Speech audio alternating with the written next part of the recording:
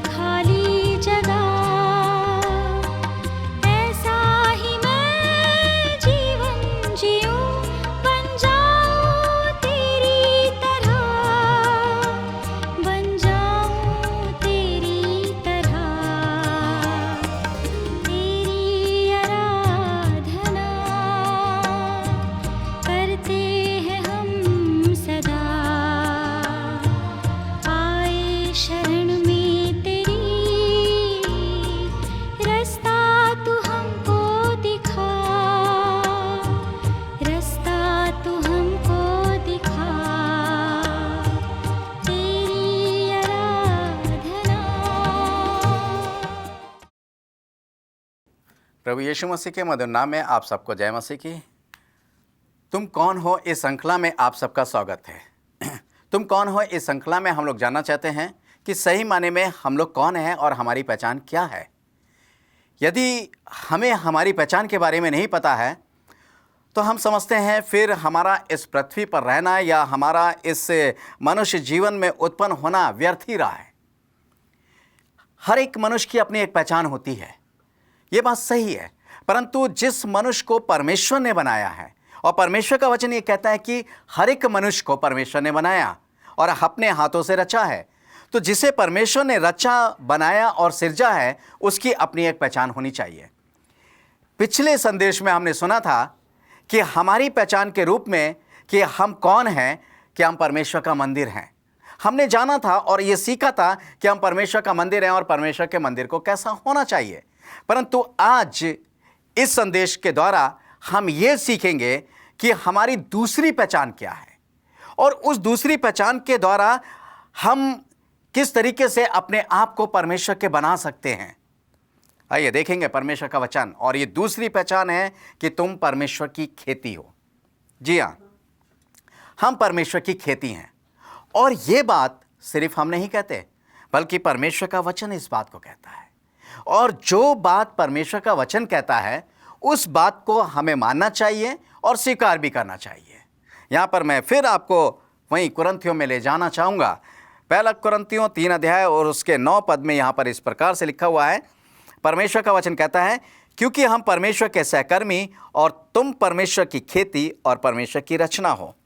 हम बात रचना पे नहीं करेंगे, हम बात करेंगे खेती पर। रचना के विषय में भी बात करेंगे, मगर आज नहीं। आज हम बात करेंगे कि हम परमेश्वर की खेती हैं। यहाँ पर इस पर शब्दों में परमेश्वर ने बताया है अब खेती को कैसा होना चाहिए।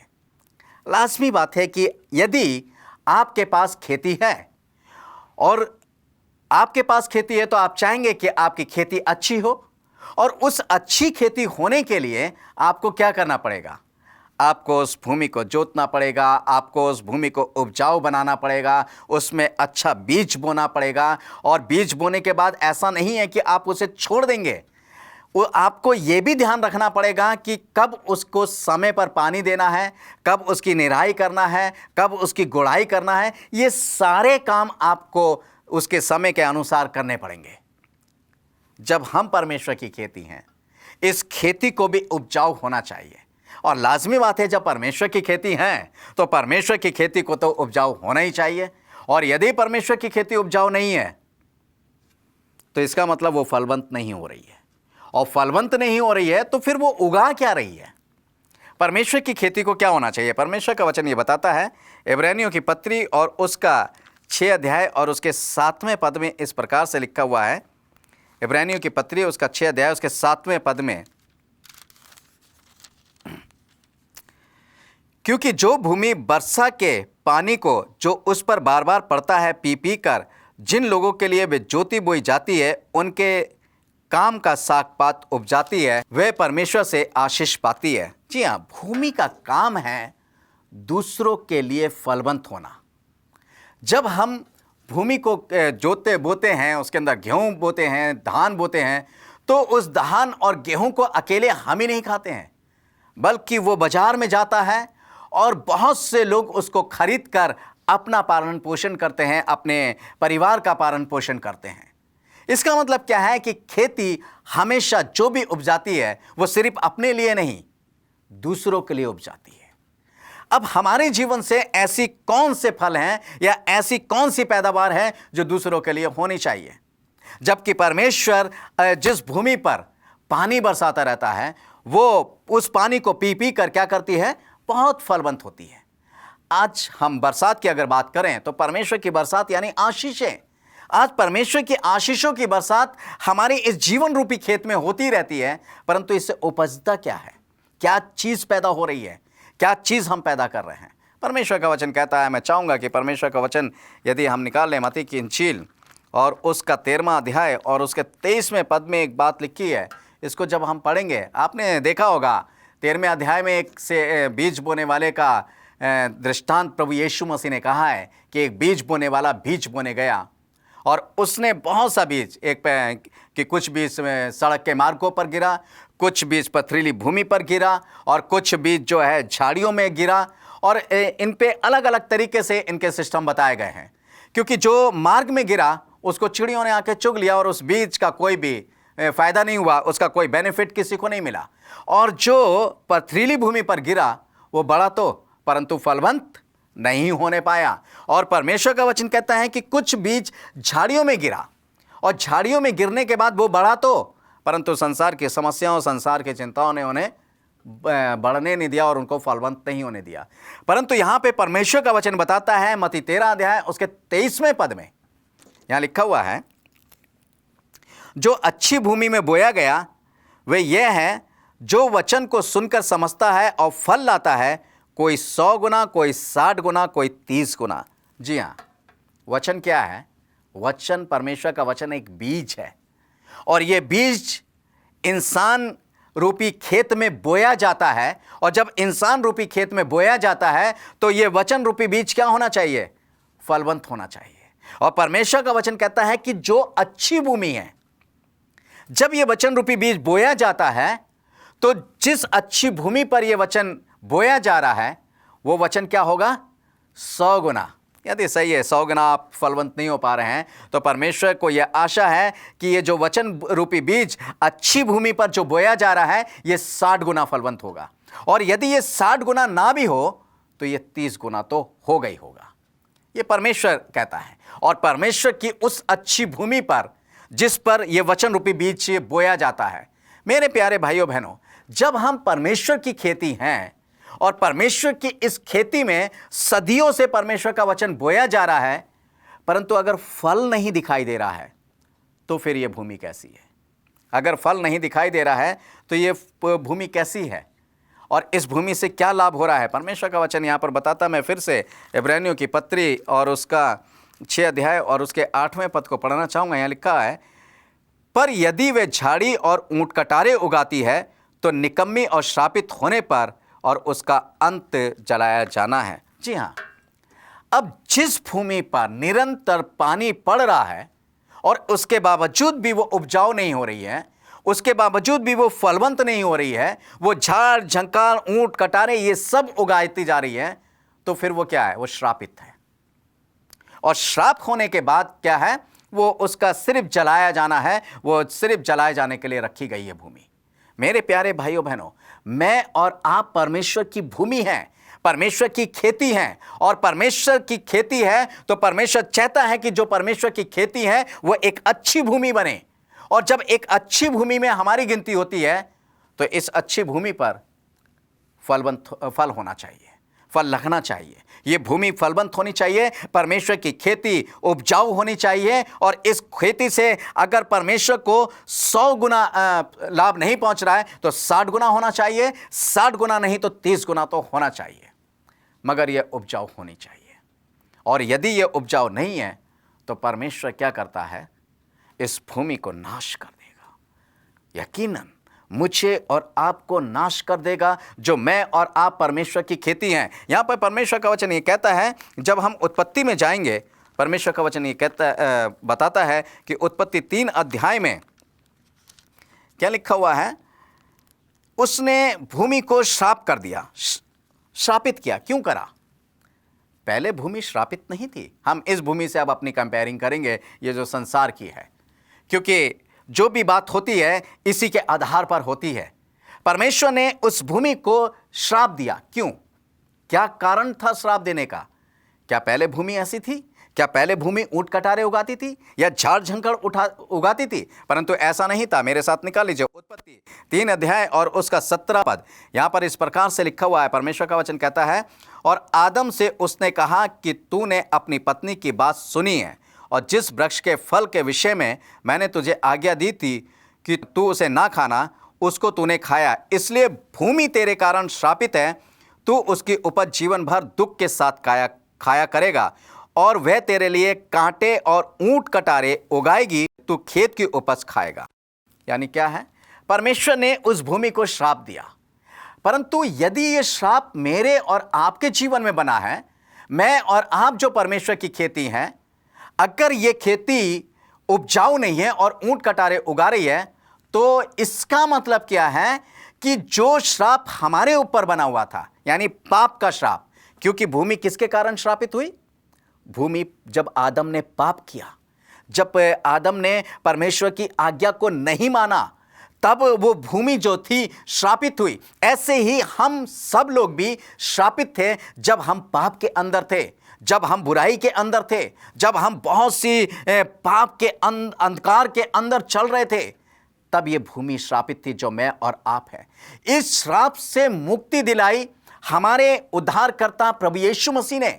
जी हाँ, प्रभु यीशु मसीह इस दुनिया में आया और उसने हम सब के पापों के लिए, ताकि ये जो पाप के ऊंट कटारे इस भूमि के अंदर उग रहे थे और ये जो बुराई की झाड़ियां इस भूमि पर की झाड़ियां पैदावार बहुत ज़्यादा थी, इस सारी पैदावार को नाश करने के लिए, बुराई की पैदावार को नाश करने के लिए, पाप के ऊंट कटारों को नाश करने के लिए, और ये एक दूसरे के ऊपर दोष लगाने के जो कि ईंट और कंकड़ और पत्थर इस भूमि के अंदर समाये हुए थे, इन सब को प्रभु यीशु मसीह ने निकाल के फेंक दिया और सारे श्राप को इस भूमि से, जो मैं और आप हैं, हमें आज़ाद कराया और परमेश्वर के लिए इस भूमि को तैयार किया, ताकि ये भूमि परमेश्वर के लिए तैयार हो सके और परमेश्वर के लिए उपजाऊ हो सके और परमेश्वर के लिए फलवंत होने पाए। परंतु आज परमेश्वर के वो फल इस भूमि के अंदर दिखाई नहीं देते हैं। आज इस भूमि ये जो है श्रापित हुई है। क्यों? जैसे आदम ने पाप करा तो वो भूमि श्रापित हो गई, परंतु हमारे श्राप को प्रभु यीशु मसीह ने मिटा डाला। मैं आपको बताना चाहूँगा कि ये भूमि, परमेश्वर का वचन कहता है कि ये भूमि जो थी ये श्रापित नहीं थी। यहाँ पर लिखा हुआ है, परमेश्वर का वचन जब आप पढ़ेंगे उत्पत्ति 1 अध्याय को और उसके 9 पद से पढ़ेंगे, यहाँ पर लिखा है कि परमेश्वर ने फिर भूमि के सारे जल को एक जगह इकट्ठा किया, और जब पूरे जल को एक जगह इकट्ठा किया तो उसमें से सूखी भूमि दिखाई देने लगी। और जब सूखी भूमि दिखाई देने लगी, परमेश्वर का वचन कहता है कि उसने उस भूमि पर हर एक प्रकार की वनस्पति को पैदा किया, यानी पूरी भूमि को उसने हरियाली बनाया। कहीं पर भी परमेश्वर का वचन ये नहीं कहता है कि भूमि ऊंट कटारे उगा रही थी या कोई भी गलत बात को वो पैदा कर रही थी, परंतु परमेश्वर का वचन कहता है कि जब उसने भूमि पर सारी वनस्पति पैदा कर दी और चारों तरफ हरियाली थी, तब परमेश्वर का वचन कहता है कि उसने देखा और कहा कि अच्छा है। क्यों कहा अच्छा है? उसने देखा, उसने मनुष्य के लिए ये सब कुछ बनाया था। सारी हरियाली मनुष्य के लिए बनाई थी, सारी चीज़ें उसने मनुष्य के लिए बनाई थी। परमेश्वर का वचन कहता है, जब हम इसी का पहले अध्याय का उसका 29 से 31 पद तक पढ़ेंगे, यहाँ मैं चाहूँगा कि देख लें कि परमेश्वर ने जितनी भी हरियाली और वनस्पति बनाई थी उसने कैसे डिवाइड करा है इस हमारे और सबके लिए। फिर परमेश्वर ने उनसे कहा, सुनो, जितने बीज वाले छोटे छोटे पेड़ सारी पृथ्वी के ऊपर हैं और जितने वृक्ष के बीज वाले फल होते हैं, वे सब मैं तुमको दिए देता हूँ, वे तुम्हारे भोजन के लिए हैं। और जितने पृथ्वी के पशु और आकाश के पक्षी और पृथ्वी पर रेंगने वाले जंतु हैं, जिनमें जीवन के प्राण हैं, उन सब के खाने के लिए मैंने सब हरे हरे छोटे पेड़ दिए हैं। और वैसा ही हो गया। तब परमेश्वर ने जो कुछ बनाया था सबको देखा, तो क्या देखा कि वह बहुत ही अच्छा है। तब सांझ हुई, फिर भोर हुआ, इस प्रकार 6ठा दिन हो गया। जी हाँ, परमेश्वर ने इस भूमि को बनाया और इस भूमि को बनाकर उसके अंदर सारी वनस्पति पैदा करी, और उस वनस्पति में जो भी उत्तम चीजें थी वो सब मनुष्य को दी। मेरे प्यारे भाइयों बहनों, उसने एक भूमि को तैयार किया हमारे लिए और उस भूमि को उपजाऊ बनाया हमारे लिए, और उस भूमि पर जितने भी उसने फल लगाए बहुत ही अच्छे वाले, वो सब हमारे लिए, हमारे खाने के लिए दिए। और यहाँ तक कि जितने भी जीव जंतु थे उनको भी मेहनत नहीं करती थी, उनको भी खाने के लिए दिए। आदम ने कोई भी चीज़ नहीं लगाई थी, आदम को कोई भी कुछ भी बोने की ज़रूरत नहीं थी, क्योंकि सब कुछ परमेश्वर ने उसके लिए तैयार करके रखा था और उसके अंदर जो कुछ भी था सब कुछ बहुत अच्छा था। परमेश्वर का वचन ये बताता है। मगर मेरे प्यारे भाइयों बहनों, अब सवाल ये उठता है कि परमेश्वर ने एक और खेती बनाई और उस खेती को उपजाऊ भी बनाया। जो खेती श्राप, पाप के द्वारा श्राप हो चुकी थी, उसको अपने पुत्र के द्वारा उसने स्वतंत्र भी किया। कौन? मैं और आप। बिल्कुल सही आप पहचाने, मैं और आप जो परमेश्वर की खेती हैं। तो इस खेती को परमेश्वर ने किसके लिए बनाया? उससे इस भूमि को और ये जो इस पृथ्वी पर जो कुछ भी परमेश्वर ने बनाया, जो कुछ भी उगाया, वो सब हमारे और आपके लिए था। परंतु जब मैं और आप परमेश्वर की खेती हैं और इस खेती को परमेश्वर ने अपने लिए बनाया है, तो इसके अंदर जो कुछ भी उपजाऊ होना चाहिए और इस भूमि को उपजाऊ होना चाहिए और फलवंत होना चाहिए, किसके लिए? हमारे परमेश्वर के लिए। हमारे परमेश्वर के लिए जैसा वो उपजाऊ चाहता है वैसा होना चाहिए, परंतु ये कुछ भी नहीं हुआ। अब कौन से फल हमारे और आपके जीवन में होना चाहिए? परमेश्वर का वचन इस बात को बताता है कि इस बात को कौन सा होना चाहिए। जब आप गलतियों 5 अध्याय पढ़ेंगे और उसका 22 पद से पढ़ेंगे, तो परमेश्वर का वचन यहाँ पर बताता है, गलतियों 5 अध्याय और उसका 22 पद में, पर आत्मा का फल प्रेम, आनंद, मेल, धीरज, कृपा, भलाई, विश्वास, नम्रता और संयम है। ऐसे ऐसे कामों के विरोध में कोई भी व्यवस्था नहीं। अब यहाँ परमेश्वर का वचन क्या कह रहा है कि ऐसे बहुत से काम हैं, ऐसे बहुत से फल हैं जो पवित्र आत्मा के फल हैं, जो ज्योति के फल हैं, और ये फलों के द्वारा क्या होना चाहिए? परमेश्वर इन फलों को जब इस भूमि के अंदर उपजता हुआ देखता है, परमेश्वर जब देखता है कि मेरी इस भूमि फलवंत है और इस बहुत ज़्यादा फलवंत है और मेरे फलों से भरी हुई है, मेरे आत्मा के फलों से भरी हुई है, तो परमेश्वर खुश होता है, परमेश्वर आनंदित होता है और परमेश्वर बहुत मगन होता है। क्यों? क्योंकि वो ये देखता है कि उसकी भूमि जो है, उसकी खेती जो है, वो क्या है? वो उपजाऊ है। परंतु आज अगर देखा जाए, मेरे और आपके जीवन में कहीं पर भी उपजाऊ नहीं है, कोई भी उपजाऊपन नहीं है, कोई भी फलवंत नहीं है। आज ये भूमि सूखी पड़ी है, इसके अंदर कुछ भी पैदावार नहीं हो रही है। क्यों नहीं हो रही है? क्योंकि आज हमारे ऊपर परमेश्वर की आशीषों की वर्षा जो है वो नहीं हो रही है। क्यों नहीं हो रही है मेरे और आपके ऊपर आशीषों की वर्षा? इसलिए नहीं हो रही है क्योंकि हम परमेश्वर से बहुत दूर जा चुके हैं, हम परमेश्वर के करीब नहीं हैं, हम परमेश्वर की सोचों से बिल्कुल बाहर हैं और परमेश्वर की नज़दीकी, परमेश्वर की उपस्थिति में नहीं बैठते हैं। मेरे प्यारे भाइयों बहनों, जो चीज़ परमेश्वर की है, अगर वो फलवंत नहीं होगी, अगर वो सही से नहीं होगी, तो प्रॉब्लम्स तो आनी है। लोग क्या करते हैं? खेती को बढ़ाने के लिए बहुत मेहनत करते हैं। इस खेती को भी उपजाऊ बनाने के लिए परमेश्वर ने बहुत सी मेहनत करी। आप कहेंगे क्या मेहनत करी? जी हाँ, उसको अपने पुत्र को इस दुनिया में भेजना पड़ा और वो सिर्फ बहुत शब्दों में कहने के योग्य नहीं है, उसको एहसास करने के योग्य है कि वो इस दुनिया में आया, उसके कोड़े खाने से ये भूमि उपजाऊ हुई, उसके मार खाने से ये भूमि उपजाऊ हुई, उसको लानतान करने से ये भूमि उपजाऊ हुई, उसको जब कीलों पे ठोक दिया गया तो ये भूमि उपजाऊ हुई, और जब उसको गाड़ा गया तो ये भूमि उपजाऊ हुई, और जब वो जी उठा तो ये भूमि स्वतंत्र हो गई और वो पूरी तरीके से इस भूमि को उपजाऊ बनाकर गया। परंतु पाप की टिड्डियों ने जो भी इसके अंदर फल लगते हैं, मसीह तो हो गए, हमने बैप्टिज्म ले लिया, हमने बैप्टिज्म लिया, मसीह हो गए, और उसके बाद मसीह होने के बाद हमारे जीवन में कुछ समय तक फल भी लगने लगे जो परमेश्वर चाहता था। सांसारिक फल नहीं, आत्मिक फल जो परमेश्वर चाहता था और जो परमेश्वर की सोच के अनुसार था, वो फल हमारे जीवन में उगने लगे। परंतु पाप की टिड्डियां जब आईं तो क्या करा? उसने सब फलों को क्या करा? नाश कर दिया। आप जानते हैं टिड्डियां क्या करती हैं? परमेश्वर का वचन कहता है कि टिड्डियां खेतों को नाश कर देती हैं। जब टिड्डियों का दल आता है तो पूरे खेतों को नाश कर देती हैं। मैं आपको बताना चाहूँगा, एक टिड्डियों का उदाहरण देना चाहूँगा यहाँ पर। निर्गमन की पुस्तक और उसका 10 अध्याय और 15वें पद में यहाँ लिखा हुआ है, परमेश्वर का वचन बताता है, वे तो सारी धरती पर छा गईं, यहाँ तक कि देश अंधेरा हो गया और उसका सारा अन्न आदि और वृक्षों के सब फल, निदान जो कुछ ओलों से बचा था, सबको उन्होंने चट कर लिया। यहाँ तक कि मिस्र देश भर में ना तो किसी वृक्ष पर कुछ हरियाली रह गई और ना खेत में अनाज रह गया। जी हाँ, जब परमेश्वर के लोग मिस्र में थे तो मिस्र से परमेश्वर अपने लोगों को छुटकारा देना चाह रहा था, परंतु फिरौन उनको नहीं जाने देता था। तब परमेश्वर ने मूसा से कहा कि तू अपना हाथ बढ़ा, और जब उसने अपना हाथ बढ़ाया आकाश की ओर, तो परमेश्वर का वचन कहता है कि टिड्डियों का दल उस मिस्र देश पर छाया, और जितने भी खेत थे, जितनी भी हरियाली थी, सारी उन टिड्डियों ने चट कर गई, सब खा गई, कुछ नहीं छोड़ा उन टिड्डियों ने। और यहां तक लिखा हुआ है कि उनके फल वगैरह जितने भी लगे थे वो सब कुछ खा लिया। जी हां, ये टिड्डियों ने सब कुछ खा लिया।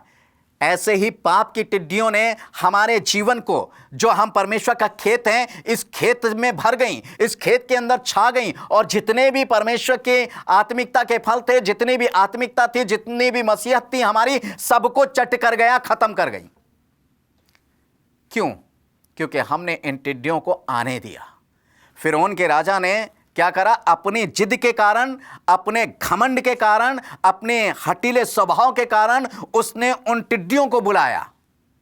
अगर वो जिद नहीं करता, अगर वो घमंड नहीं करता, अगर उसका स्वभाव हठीला नहीं होता, तो वो कभी भी टिड्डियां उसके राज्य में नहीं आती, और वो परमेश्वर की बात को मान लेता, तो कभी भी उसके मिस्र देश की खेती बाड़ी या कोई भी चीज नष्ट नहीं होती। आज बिल्कुल ठीक इसी तरीके से हम अपने लिए भी सोचें कि जब हम परमेश्वर की खेती हैं, हम परमेश्वर के लिए मसीह बन गए, हमने अपने बपतिस्मा लिया है, हम प्रभु यीशु मसीह के साथ दफन हो गए, हम प्रभु यीशु मसीह के साथ गाड़े गए, हम प्रभु यीशु मसीह के साथ जी उठे, और जब हम जी उठे हैं तो हमारा जीवन फलवंत होना चाहिए, और हमारे जीवन में ये सब फल लगने लगे। जब ये सब कुछ होने लगा, फिर ये पाप की टिड्डियां क्यों आ गई? हमारे जिद्दी स्वभाव ने, हमारे लालच ने, हमारे लोभ ने, हमारे घमंड ने इन टिड्डियों को हमारे जीवन के अंदर बुला लिया, और हमारे जीवन की सारी शांति को, सारी आत्मिकता को, सब कुछ चट करवा दिया। परमेश्वर नाराज हो गया, और यहां तक हम पापी हो गए। परमेश्वर जानते क्या कहता है, मैं आपको बताना चाहूँगा। योएल की पुस्तक में पहला अध्याय उसके 4 पद में लिखा है। इसका मीनिंग चाहे कुछ भी हो, अलग, इसका आत्मिक मीनिंग अलग हो सकता है, परंतु मैं आपको जनरली तौर पर एक समझाने के तौर पे इस पद को बताना चाहता हूँ, इसको पढ़ाना चाहता हूँ। यहाँ लिखा हुआ है, जो कुछ गजाम नाम टिड्डी से बचा, उसे अरबे नाम टिड्डी ने खा लिया, और जो कुछ अरबे नाम टिड्डी से बचा, उसे एलेक नाम टिड्डी ने खा लिया, और जो कुछ एलेक नाम टिड्डी से बचा, उसे हासिल नाम टिड्डी ने खा लिया। जी हाँ, यहाँ पर 4 प्रकार के टिड्डियों के नाम हैं। जी हाँ, जो कुछ चुगलखोरी के नामक टिड्डी से बचा, उसे किसने खा लिया? उसे कामुकता की टिड्डियों ने खा लिया, और जो कामुकता की टिड्डी से बचा वह हमारे घमंड की टिड्डी ने खा लिया, और जो घमंड की टिड्डी से बचा वह हमारी चुगलखोरी की टिड्डी ने खा लिया, जो चुगलखोरी की टिड्डी से बचा वो बुराई की टिड्डी ने खा लिया, जो बुराई की टिड्डी से बचा वह हमारी ईर्ष्या की टिड्डी ने खा लिया, जो ईर्ष्या की टिड्डी से बचा वह हमारे और भी बहुत से पाप हैं, पाप की टिड्डियां हैं जो वो आती गई और हमारे जीवन को, इस खेत को खाली करती चली गई। और आज ये खेत क्या है? खोखला और बंजर हो चुका है। वो आदम के समय में जब भूमि श्रापित हो गई थी, उसके समान आज ये खेत हो चुका है। इसमें कुछ परमेश्वर के लिए कुछ भी नहीं उपजता है। मेरे प्यारे भाइयों बहनों, आइए आज इस खेत को उपजाऊ बना लें। आज इस खेत को प्रभु यीशु मसीह नाम से सींच लें। आज इस खेत को प्रभु यीशु मसीह के लहू से सींच लें और उपजाऊ बना लें। आइए हम प्रभु यीशु मसीह में जाएं। आइए प्रार्थना करेंगे। स्वर्ग और पृथ्वी के सृष्टिकर्ता परमेश्वर यहोवा, ओ मेरे प्यारे प्रभु जी, इस खेत को तू उपजाऊ बना, इस खेत को श्राप से मुक्त कर, इस खेत को पाप के टिड्डियों से बचा ले और फलवंत कर प्यारे प्रभु जी। हम जो तेरा खेत है, इस खेत को यीशु के नाम से फलवंत कर प्यारे प्रभु जी। हम अपने आप को और जितने भी तेरे भाई बहन सुन रहे हैं उन सबको तेरे हाथ में सौंपते हैं। ये सब तेरे खेत हैं, तो इनको उपजाऊ और फलवंत कर। ये प्रार्थना धन्यवाद के साथ प्रभु यीशु मसीह नासरी के नाम से मांगते हैं, आमीन।